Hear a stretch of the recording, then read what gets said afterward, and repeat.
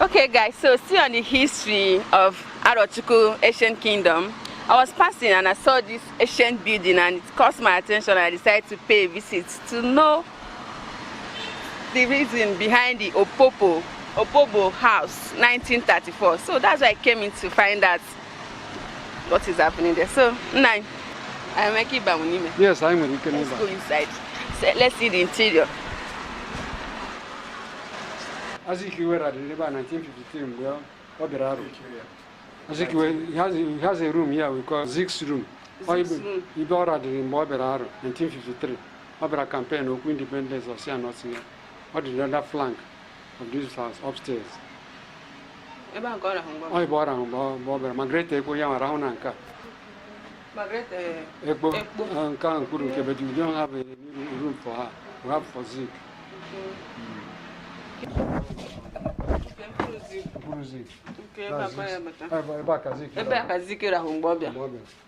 That morning, yeah, the mother in Rome wine, Nango, and Apple Yapata, Haka. I basically the same thing with Magret, but where she came to. Thank you very much. This is the second route out. The second route out? Yes, wooden staircase. Okay, the other one is different from this one. This other one is cement, then this one is the wooden step. You enter here from backyard. Front. The exterior step. Will you want to see the wooden step? Let's go.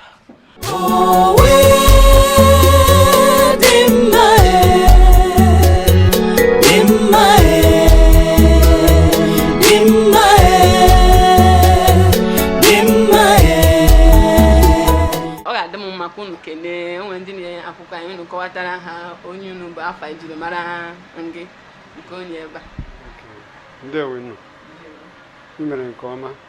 Afa m bụ Gadroom Nwafọ Udo. Abụ m onye ndị Owu, onye Ibom village na Arochukwu. Onye nke anọ m n'aka nri wụ onye nke m nwatara. Afa ahụ Joyce Ogwumudo. Anyị wụ ofu nne. Onye nke nọ m n'aka Ekpe ọkwara m Dr. Obollo-Afor Nwafọ Udo. So onye nwe ụlọ a wa aha ya bụ Henry Nwafọ Udo. Onye ji tie Opobo ọnwụ na ebe ọ nọ na-ekuzi as teacher. Ọ nọ n'ebe ahụ 14 years, that is the area. Ọ nọ obiri Opobo bụrụkwa Igwenga. O ruru Igwenga mee transfer to Opobo, so Opobo first. But that Igwenga na Opobo obiri 14 years. Ya na nwa dị na mma. So ya na n'ebe ahụ nweta ego ji rụọ ya mgbe o ji rụchaa na 1934 before ya gaa transfer to Cameroon. So onye nwe ụlọ a bụ Henry Nwafọ Udo. Anyị wụ ndị Arochukwu. Ebe nọ village ahụ Ibom village. Ndewo. Nine. Kene mama ndị na-ene gị. Ndewo. You are all welcome to Opobo House in Ibom village. Ndewo. I'm the second son of Onyengula, who later on became a senator in the former Eastern Nigeria. I'm Joyce Udo. Joyce Udo is my real name. They won. Aroma Customs may retire. So you are all welcome. You know our father's house. They won. Yes, it's a pleasure.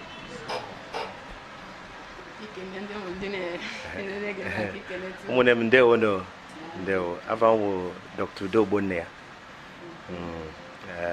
I'm the grandson of Oyengula, Mazi Senator Henry Nwafọ Udo.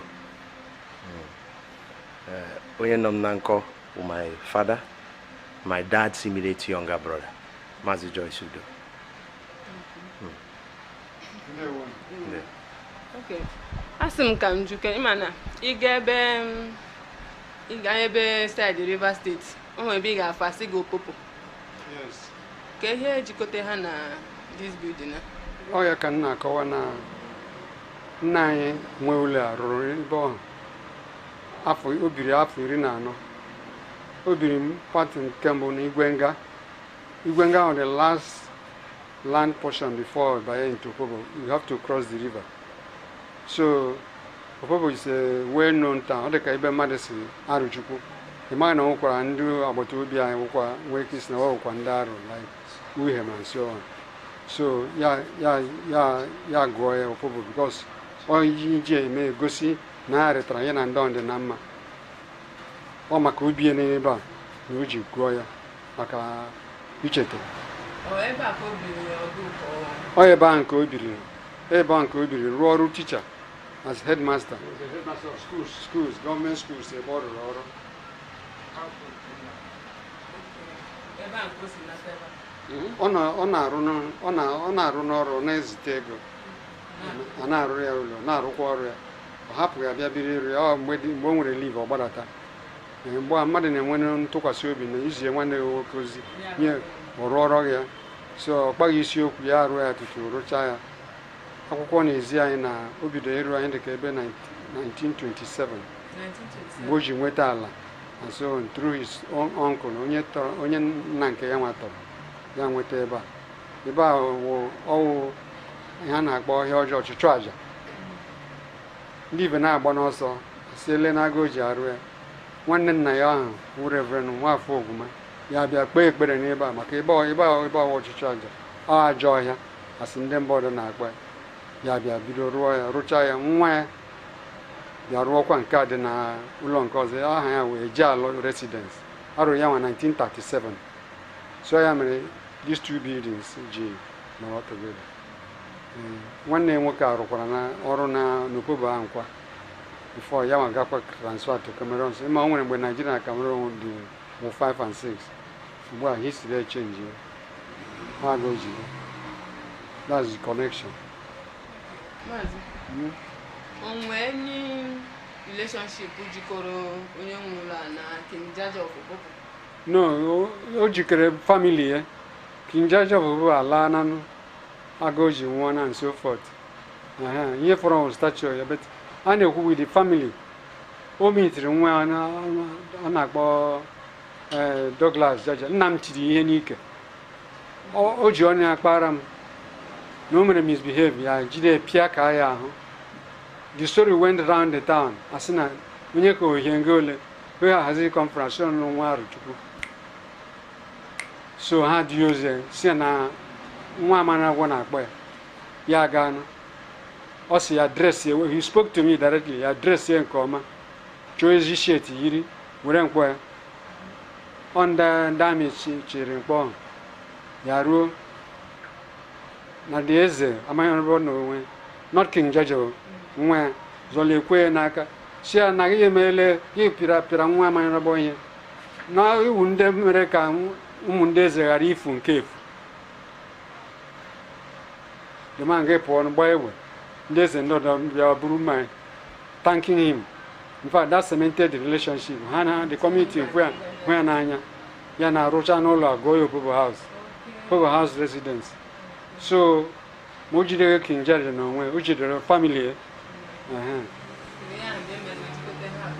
Yes. Ya mara the family Opobo House mara ya ọfụma. O nwechara ndị lụrụ nwaanyị n'Opobo jide the reputation my father ga lụọ nwaanyị ebe a ntụtụ ndị emere gụọ ya Opobo House residence 1934. Ọ mgbe ọ rụchara ya bete o mepere emepe 1943 mgbe o mepere emepe mgbe ahụ ịrụ ụlọ otu a na-eme foundation ezi foundation ceremony ịbịa were precious metals eliere gị n'ala yes eliere gị n'ala ọ ya foundation agba anụ mmanya aṅụ ọnụ so ha ga-ojide. Nwere ike ịkọwatụrụ m ụlọ igwe afọ ole? From 1934 rute n'ugbu a ga-awụ nkwụnye 90 to now become 100 years. Do you understand? Because in 2024, Oga will 90 years. Then you add another 10 years. 2034 will be 100 years of this. 100 years of this building. And Aga storage ga ndị bịara rụọ ya Aga Ojiguzo the Gold Coast. They came all the way from Gold Coast. That's Ghana. Current day Ghana. Nna biko asị m ka njụ ka e uducha experience enweche mgbe a na-arụ ụlọ mmebi nna gị kọrọ gị. Yes, nna ajụ ajụjụ mgbe ahụ maka m chụrụ m hụrụ difference anyị bịara late mgbe eji mụọ anyị so ihe ụfọdụ na-ajụ ya either carefully or carelessly pụta akwụkwọ nke wee eziokwu. Ọ sị m na mgbe e bidoro ịrụ ụlọ a apafụrụ na ha tụrụ egwu na ebe a ọhịa ọjọọ betu nwanne papa ya bịa kpee ekpere asị onye ụka si abịa rụọ ụlọ ya bịa rụọ ya so onye hụrụ ebe ọ na-arụ ụlọ asị ya na nke onweghị nwa na ọ na-arụ ya ngwongwo that is bad ya si ọ Chineke ka ọ dị n'aka before abịa mụọ this in 1943 and 1934 difference of how many years before amụọ m so and if were kwene ọ dịghị onye nwere solid building kara obi kpọọ blọk ya nwanne ya nwoke rụgo this neighboring house eji alọ the other upstairs ọ na-akpọ blọk nke n'ebe a na-akpọ Asang the other villages around Asang na Akwa Ibom now ebe a nke akpọ ya ọkpọ etinye n'ụgbọ ngata n'ọnụ asụ mmiri anyị there's a tributary of Cross River here ọ na-akpọ ọnụ asụ agakwa ebe a na-ebute nna m na-akpụ blọk nke ebe a si ya anaghị anwụ na ya ga-akwụcha ya akwụchakwa ya nọrọkwa ndụ ruokwa izu Chineke si ya na oruole so ya na mee ndị mmadụ even mgbe ọ na-akpụ ya ị ga-ahụ ụlọ ọdọ dị n'ebe a na-akpọ isi mkpu na nke maazị a na-akpọ Okorume ọ sị na izu a na-arụ ọrụ ebe a the man bata wealthy man cocoa merchant ya sị ya ticha na ya ma ebikwa n'ụlọ eji blọk rụọ na ọ ma adagbu ya gbanye ya si ewe ya rụọ na ya arụ n'ọ blọk ka a na-arụ ya nwa na onwe ya mere rụọ prefab na that building eru ugbo ụmụ ya chiche na cement ya nwa mechara ka obi rụọ prefab metal onye o ji rụọ nke yes ọ before bịa tiwe blọk in fact ọ nwụrụ before ụmụ ya bịa tiwe blọk so ya nna m onye kara obi mee ya before maazị Kanoji ma Hope Villa 1942 is the last but one ma the other burnt brick house gbara ọkụ ọ nna m kara obi rụọ ya ndị nke ọzọ na take care the two agụji mee ndị mmadụ si na onye kpọọ blọk ọ nwụọ ma obi esighị ike ị naghị akpụ ya nna m onye kara obi na-akpụ nke ha si na ọ na-arụ monument because ọ mụtabeghị nwa mgbe ahụ ya ka akwa tutu mgbe o ji rụchaa ya Chineke nyekwe mgbe nwa bịara nwa abịa anyị na-asoro na line 7 boys and 1 girl at that time of which 2 of us were the first 2 to the glory of God. As a born ga-anwụọ even ị gaa in some villages ị ga-ahụcha small upstairs eji osisi na atụchara aja. You see such buildings in a place like Ndi Kirion at Aguata side. Urumba North. Ndi Kirion, when I be Professor Vincent Ike, late Professor Vincent Ike. They come from Ibom villages, Ndi village here. O nwere mgbe crack adịghị n'ụlọ a. Mgbe a ji bịa bụ crack na ya wụ. Mgbe a bịara tụọ bomb around. You're able to see cracks. During the war, yes. On our way, in Nanda, but will be here to side or here side, or a movie side, or a mobile. They're playing gap there. You only go on a go people, that kind of because of direction. Chineke Guchekwa, only be golly in Azula, ebe gas no back on a target. But the bomb got die bomb before them all men explode. So that shook the building. And there is erosion. I have the difference between Laubu and Bembu and Tachon. So I go background Naimara. The Kanij Naju. How we ban or roar upon on a real Bamona, Zuga or teacher. To the experience, I call them by war. You know, go and experience. Yes, alụ m ọgụ n'arụ m rụrụ na Aba first side ndị anyị na-akpọ water side abụọ ebe mere anyị wụ 82 div under Colonel Eze ebe nọ mechaa anyị bụ ụlọ ruo anyị gaa na around Owerri si ebe ahụ gazi imeri enwe and so forth na Echie side ọ ebe nke anyị nọ mgbọ ndị Biafra ga-egwu anyị na-agbalata akwa si pụta Aba si na ọgụ agwụna na lọtazie na Arochukwu bịa chọwa n'isi onwe m. When they were coming into Aro, they were slowing down, having passed Aro, got here. Ndị Biafra ga na-resist you around here without ammunition. So they passed through and continued to happen. While the other troops who are not fighters coming to evacuate ihe anyị nwere ụlọ. And that goes on. Settlement waga anasi they occupied here and occupied there as you have it. This house was the Gadroom. Ndami bi in all these rooms.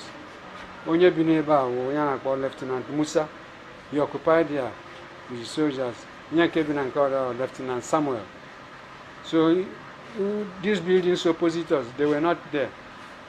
Ebe nke Ndami mere deploy. And history tells us that was where the British troops deployed when they entered into Arochukwu during the Aro expedition, 1901 to 1902.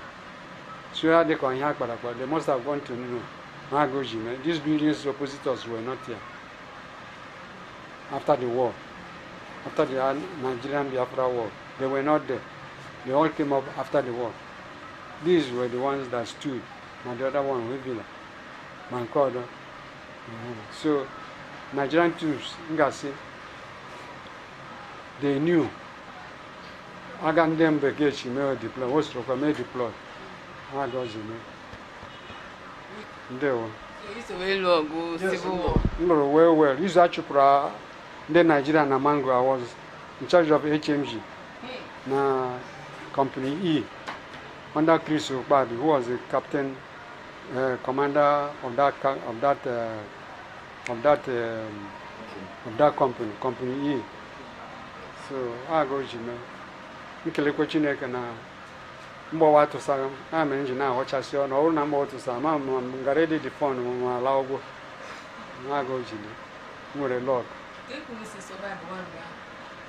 on na mgbogo you may survive ka ndị soja odo inwe de gerie ọwụrụ nke a na-esi ebute ka a na-eji survive emere deploy na mpaghara present area ndị ngwa na-agafe na ha nyetụghị iji ha nyetụghị ede ma onye tụghị akpụ ọgbọ nke anyị ji mata na enwere ike ịkwụ ọgara izu ọha epikọkwa izu ọha ihe izu ọha mgbe ama iwe ị na-eri ọ dịghị ọ na-eme gị irute n'ọba ịtọrọ gị ga-eri ga-ebu na ka ị gara ewere na-asọvaịvụ a sịkwa na Awụsa abịa ịmara gị mere onwe gị na-aga mụ anọ na 82 div na Aba sector before bịa gawa akụkụ Port Harcourt mgbe ọha ha agwụwana mgbe 1969 meru 70 ha agwụ ndewo ọgụnụ lụga mgbe ahụ unu deboturu onwe unu ịzọ ndị obodo kọwa as military. Ọ dịghị military ọnụ emere a bịara n'ọfịs asị anyị pụtasịa onye mana language ndị amị you don't reach go amị bụ anyị ga-anụ agbasịa ava anyị ga training ndị gara nke officers ndị nke gara na Bishop Shanaham College ọ ebe ahụ ka a na-azụ officers Bishop Shanaham College ọlụ ebe a na-azụ officers anyị dị order rank so anyị ga-anụkwa training ma nke a na-akpọ BOF Biafra Organization of Freedom Fighters na-enye ha nye training abalị ole ahụ a na-enye were ndị mak fọg nye gị enwere automatic nke anyị gbara nke a na-akpọ catapult, Juku catapult. Catapult. All able, but the Nigeria grew no catapult. On the book of but it was cheap for Biafra to get. The Nigerian they use the team. I can't hear I love how about no so, Anya, Naraya. What a quiet.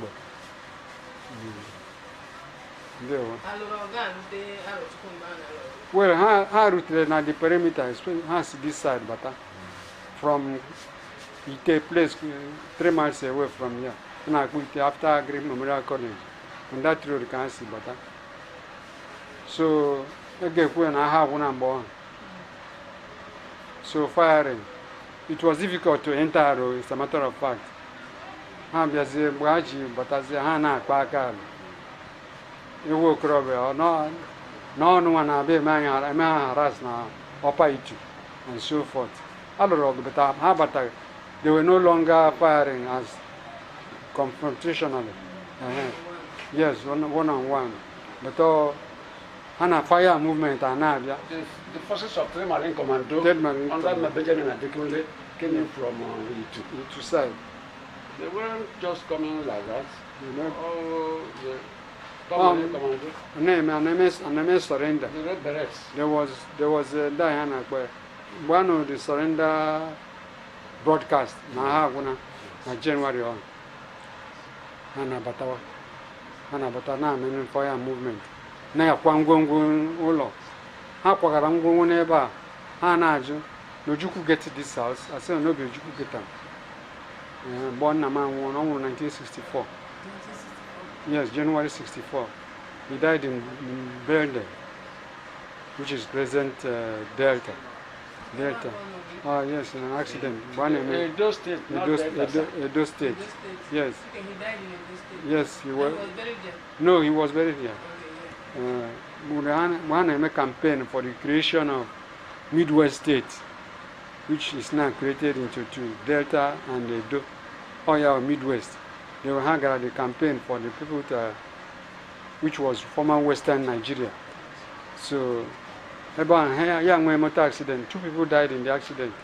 He died, and one Victor Onyangwa, who was a passenger in his own vehicle. So he died, and they brought him back and buried him here in his house. Was your dad a politician then? Yes, he was. He retired in 1951, December. Contested for Eastern House. He failed. Yeah, no, when I local government work, mega census. He did the campaign for the census around Arochukwu, and we used to answer Enyong division, Aribo division. So he campaigned for this area on census and so on. Later on, he was appointed a member of the board of directors of the Development Finance Company, Development Finance Corporation. Became a member of the board. From there, and I create when I got Danny require pension. So, Meche appoint, he was one of the 12 women appointed as senator.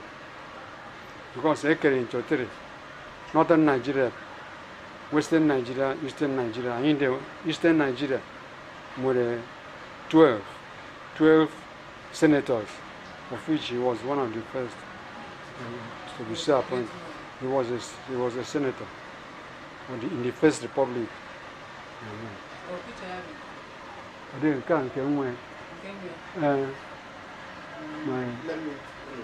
during the time that the white people came to Arochukwu, what was your experience there? I was not there. Yes, okay. When they came to Arochukwu in 1901. Okay. 1901 December and 1902. When we had the Aro expedition. I wasn't there, but I know the history. We only celebrated it. We only celebrated that war in 2001.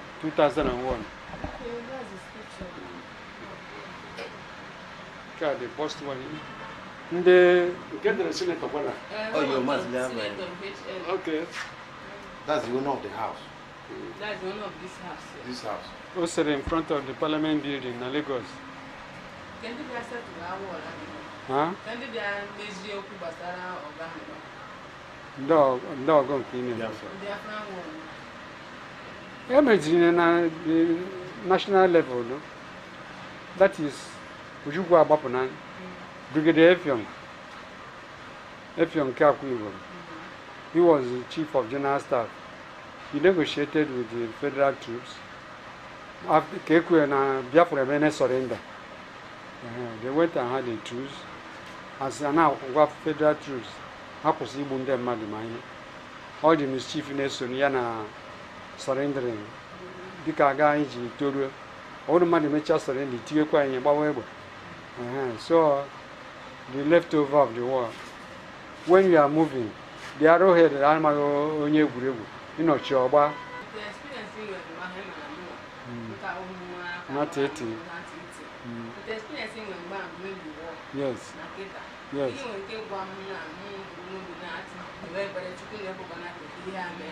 Chineke agaghị ekwukwa nke okwe because nwata lụọ ọgụ egburu egbu ọsị ihe ọgụ na-atọ ịlụ ọgụ asị iwu unu mewe ịgasị ihe dịka ọgụ ga anya because mgbe ọgụ ọhụrụ the whole villages gbalara ebe a na-akpọ otu ugwu to one angular village dị in the extreme very closer to Tutu. So you can imagine ụlọ ibi ịkwa ngwongwo ịkwapụ ndị amị na-abịa yes ndị amị bịa mee na occupy na-eme na agadi ha in fact I lost my uncle my father's younger brother when the arrowhead entered into Aro ha si ya soro ya pụọ ya chi ya anaghị apụ na ha na-agbagbu ha agbagbu n'ebe mana anaghị egwu egwu mgbe ha gbara ya tupu ha bụ yes they killed him ọkwa mgbe ekwe m foto ebe dede Nwankwọ Udo yes ha agbanye anọ ndị nwere ọmịiko na sịrị sebe n'ime ọhịa dị n'ime ebe a ndị enyama ebe a nke a mechara bupụta when I came back nna jụ ndị ebe ozu dede Nwankwọ nọ that night ka ndị mara ebe ha tụpụrụ ya jụ m gaa anyị mekwa arrangement a ga-esi lie ya chọọ a smaller building behind this one behind the kitchen line lie ya there his own son ka bịara mee ceremony gbasara last October na-aga ọzame ọ dịghị ize ịkwa ngwongwo even anyị ndekwara n'anya ọma na Enugu gbasa anyị laa akọkọ na ENDC anyị laa akọkọ ebe nke muvuru headquarters of ENDC to anyị laa na-asị anyị gawa Aba from there asị anyị ruru na you don't reach you go army anyị gaba ya army na Aba and all that train were egbe nye gị Mark 4 mgbe anyị pụkwara n'Enugu ọ dịghị mfe ma ụmụnne m nwanne papa m nọ na Nsụka ya agbapụta buru igbe mbudata and so on ọ dịghị mfe ịgba ọsọ Chineke ekwere ihe dịka ọgọdọ akwa ọdọ mgbe ha nụrụ mọta mgbe mọta ga-ada gbim onye nọ n'aka nri anwụọ onye aka ekpe ga anwụọ nna anaghị apụta gaa mara na Chineke rụrụ n'ebe nọ ma ọ dị o nwere mgbe a na-anọ anyị na Hausa nọrọ otu a jide egbe anyị nwa nọrọ dịka behind this building jide egbe na-agba egbe daa ving na ntụ gị mara na ọ gafere nke ga-atụ ị gaghị anụ ụda come direct to you so ọgụ awụ egwuregwu ọ na-awụrụ nke a teknọlọji ị ga-agwa aeroplane ndị ahụ ịhụ na-akpa ma robot ebe ọ ga-ada ma aeroplane ịta ma ọ ga-ada Chineke ekwe na ụdị ihe ahụ ndị Russia na ndị ahụ ha na-akpa na Ukraine ha mara ndị Ukraine anụ n'ovu ya ndị Russia anụ ovu ya na-ele ezi ụlọ agba ya just by one useless bomb atụọ ya ọda in a twinkle of an eye go na mgbe ọ na-adị na-ezekwa onwe ọ dị ọgụ adịghị mma ọ na-ekwu ya ekwu yes what's your advice to the younger generation based on the experience during the war then? My advice is that if there's any problem as per the country, it should be resolved amicably. Somebody opting for war, well, it's not the best option because we don't have the weapons to fight, we don't have the population to fight the war. Because most of these things you see is better said by mouth.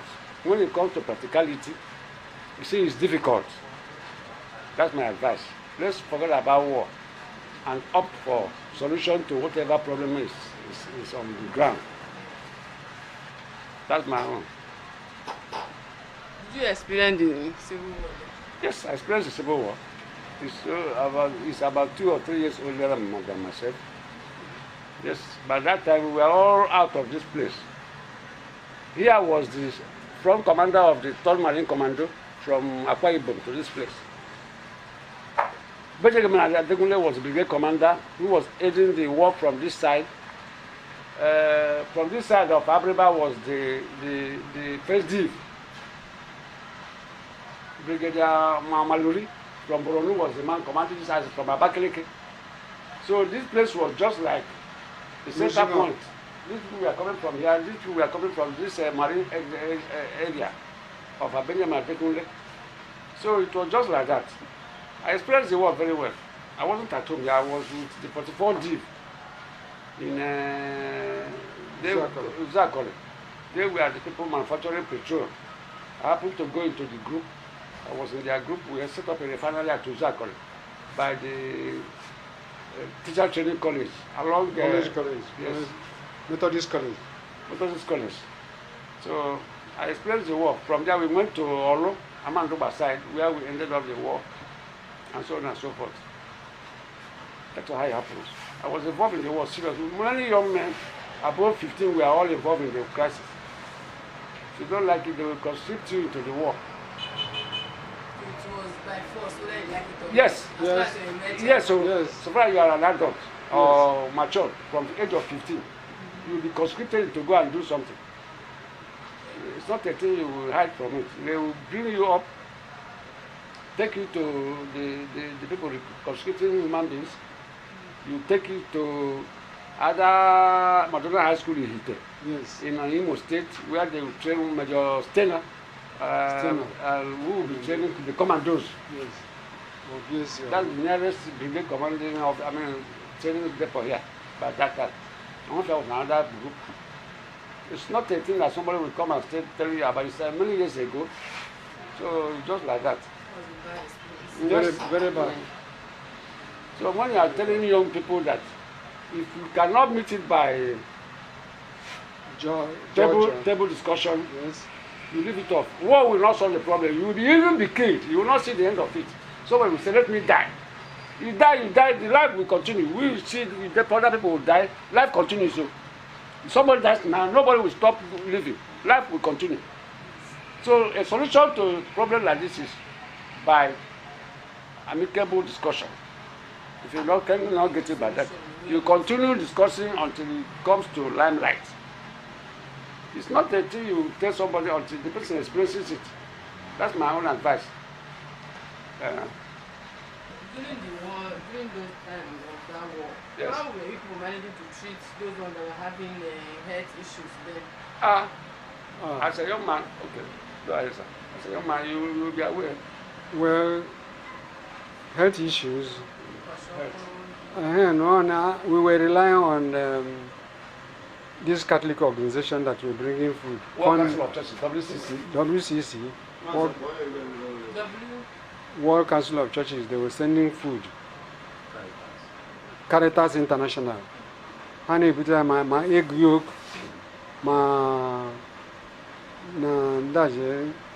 that is Come here. cornmeal. And they say, Ghana would have a We don't have anything here. You don't have As per now, self, even why no, what do we have? nothing. To feed ourselves in this area of the Eastern Command, we don't have any food. We don't have anything. Sorry to say so. Look at the experience I'm when currency. Each go na bank, I won't teach you a lot of money. Gang on laba. Some will even succumb in the bank. Some will have, what do you call it? Heat wave. Dehydration. Yes, dehydration. Or that neighbor. Life will continue. Those Caritas, this organization that was bringing a health, were they giving it to everybody or particular? No, I'm an organization. I'm a teacher webinar here. There was a World Council of Churches. yes. They have a center. In fact, our nephew, Waters, head of the depot there in here, forgetting the name of the village. Rehabilitation Center. Rehabilitation center. So neighbors also from distant places. I got there. Okay, here. Bob Rutucha, already come my mother na Unyeji. Rutucha, other members of the village. But aga Bekeji may organize how we have people. But some people benefited from it, helped in rehabilitating people, helped in the distribution and so on. So, I try to During that time of war, even the man back for rehabilitation back, and those people that want to kill them will bring some heads to this thing that will not kill them instead of helping them. Is there anything like that during the where you well, young one they are bad already. Ndani do you job your mabia. The man only with dog when you're and we can and yank a boon your way. Another cake, a beer man. As a Ghana rehabilitation center, Gaya and Madaka. You see people walking as auxiliary nurses, some grown up ladies and not nurses who led their stations in various places, Lorona, Aruchuku. So they are helping in seeing that people live or that they survived. Such things are not done intentionally. Okay. So, sir, what is the relationship between the Arochukwu people and the Olumba people? Olumba people, I'm with a Aru I call it settlements. That's the people who call Aru diaspora. Ndaru, Bineba, who still recognize no has an Aru there. You can mention some of the village, some of the towns that are in Urumba.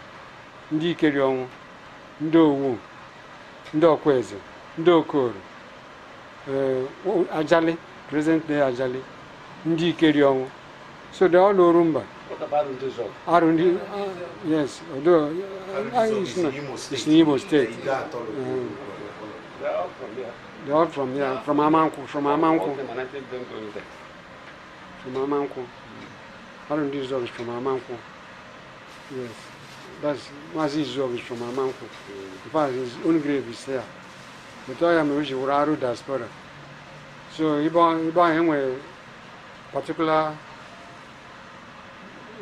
settlements or communities, Wondaro, the definite. The Gakano would order, the Ganangwa order. Moguta, Manansuka said. Yes.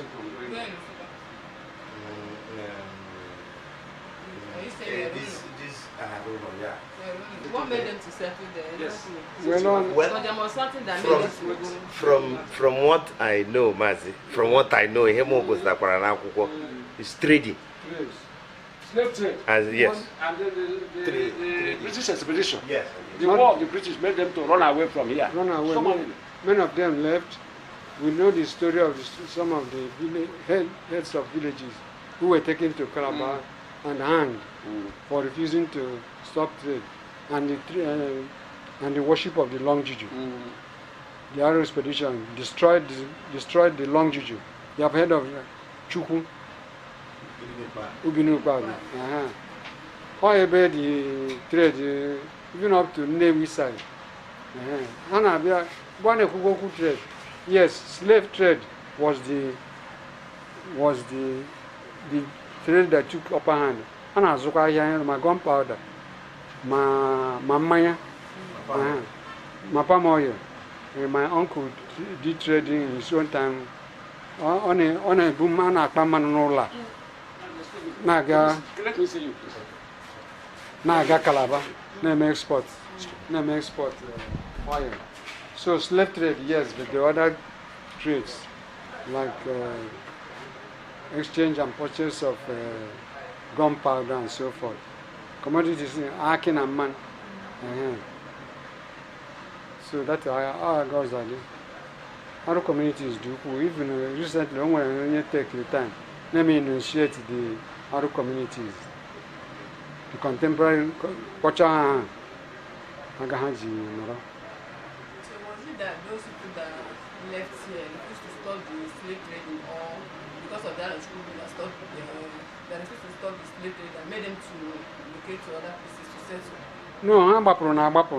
When yes, when they create a bapple, when they ground business, I know when we got in a guy, you get a foundation. So, onye kereke gbapụ ga-enwe foundation than onye kereke gbapụ ọrụ na ọgbakwu nwanne. So, ahịa wa ahịa. But nke slave ji wa dawo a na-ebuga na into America. Transatlantic trade. So, a go jidi. When they pụrụ apụ, ndị gbara the theories of Amangu village. He was taken to Calabar and beheaded and hanged rather.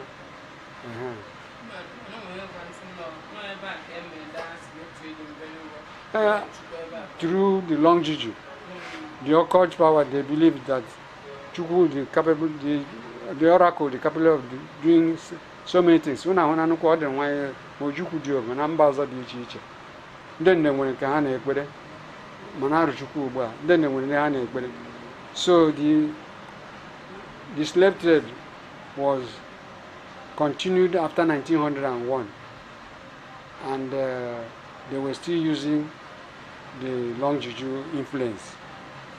Na chukwu sige mekwanka ona wo ndị arubi na settlements when na emewe common sense icho iji tactics ije azụ mmadụ isi na chukwu erie ndị ahụ ndị ahụ si oke na ndị nke anyị ma ndị be ha lọta na ha nwa na-aga ala that kind of thing. One sense jam sense become wayo ihe o nwere ihe ọdụ jụrụ about ekworo ndị ugbu a ka na-ekwu onye n'ọnụ you must always judge enwere ike the generation ekweghị ga-enyefe new generation enwe new trend of thought ọ dịghị ihe ọnụ enweghị ike ikwu ya mere anyị ji nwee ọnụ na wee kweghị ugbu a na-aga ndị ọha na-enyefe ndị ọhụrụ a na-abịa until they understand themselves onye dị n'ime a ga na-emebe job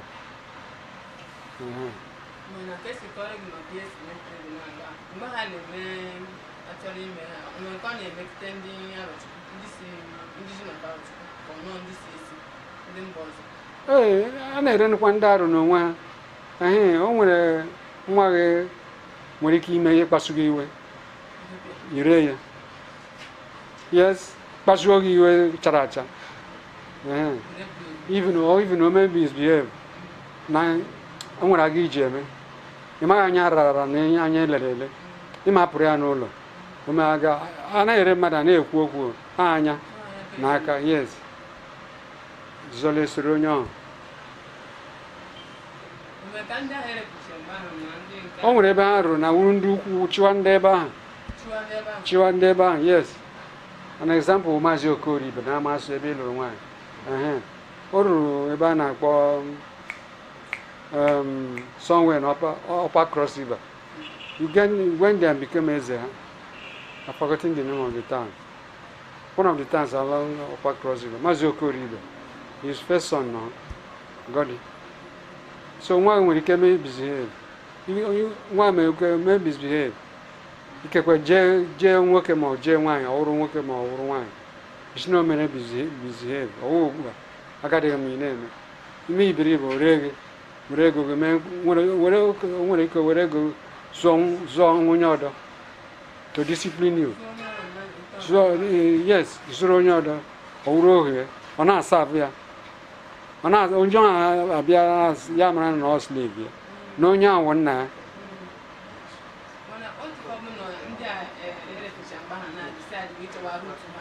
Yes. We will receive him. Okay, going foundation. Okay, we're going foundation. I know such problems now.